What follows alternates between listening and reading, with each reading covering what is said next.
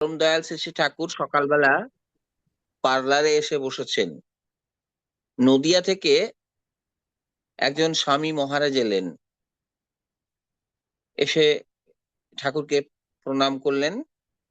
তারপর স্বামীজি করজোড়ে ঠাকুরকে বললেন, আমাকে দয়া করে কিছু বলুন, আমার তো যাওয়ার সময় হয়ে এলো, আর তো বেশি দিন বাঁচবো না। আপনি সেখানের লোক, দিব্যধামের মানুষ, কিছু পথের সন্ধান দিন। ঠাকুরকে বলছেন সেই স্বামীজি। ঠাকুর বলছেন, পথ যা ধরেছেন সেই পথই পথ, সেই পথই শক্ত করে ধরে চলুন। স্বামীজি বলছেন, আমি সারদা মায়ের কাছ থেকে 1853 সালে উনি দীক্ষা নিয়েছিলেন, আর সেই সময়টা ছিল 1922 সাল। উনি 17 বছর বয়সে দীক্ষা নিয়েছিলেন সারদা মায়ের কাছে। 24 বছর বয়সে স্বামী ব্রহ্মানন্দের কাছে থেকে সন্ন্যাস নিয়েছিলেন। দীক্ষার 7 বছর পরে সন্ন্যাস নিয়েছিলেন। সেই সব কথাগুলি উনি ঠাকুরকে বলছেন যে সেইভাবেই আছি।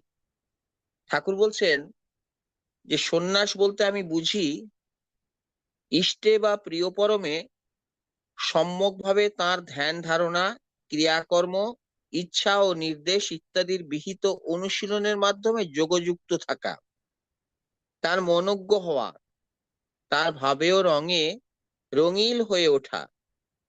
তিনিই আমার জীবনের পরম সত্য। আমরা সেই সত্যটাই চাই। এই সত্যের পরিপন্থী যা, তা আমরা চাই না। স্বামীজি, সত্য হলো গোল বা গন্তব্যস্থল, আর সৎ হলো রাস্তা।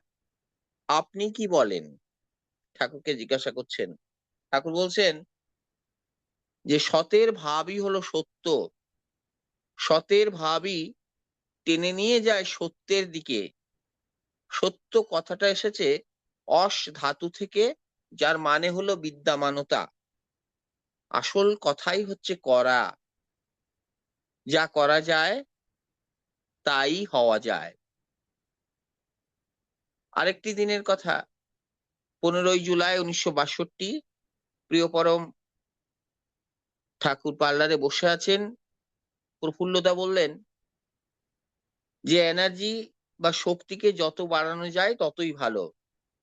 ঠাকুর বললেন, বাঁচার আকাঙ্ক্ষা সবার মধ্যে আছে। আরো বেশি দিন বাঁচতে হলে ভালো করে বাঁচতে হবে। সব দিক দিয়ে উচ্ছল হয়ে থাকতে চায় মানুষ।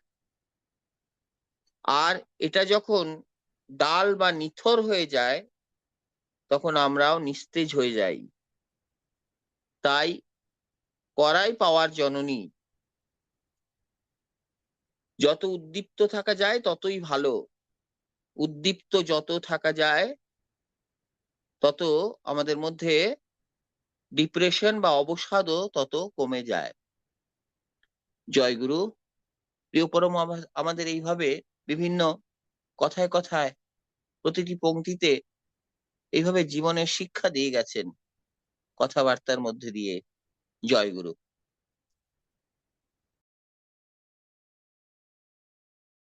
জয়গুরু। আমাদের উমাশঙ্কর দাদা, অত্যন্ত ভালো লাগলো। আহ, স্বামীজির সঙ্গে ঠাকুরের কথোপকথন আমরা শুনলাম। আমি নিজেও জানতাম না কোনোদিন, আজকে প্রথমেই শুনলাম।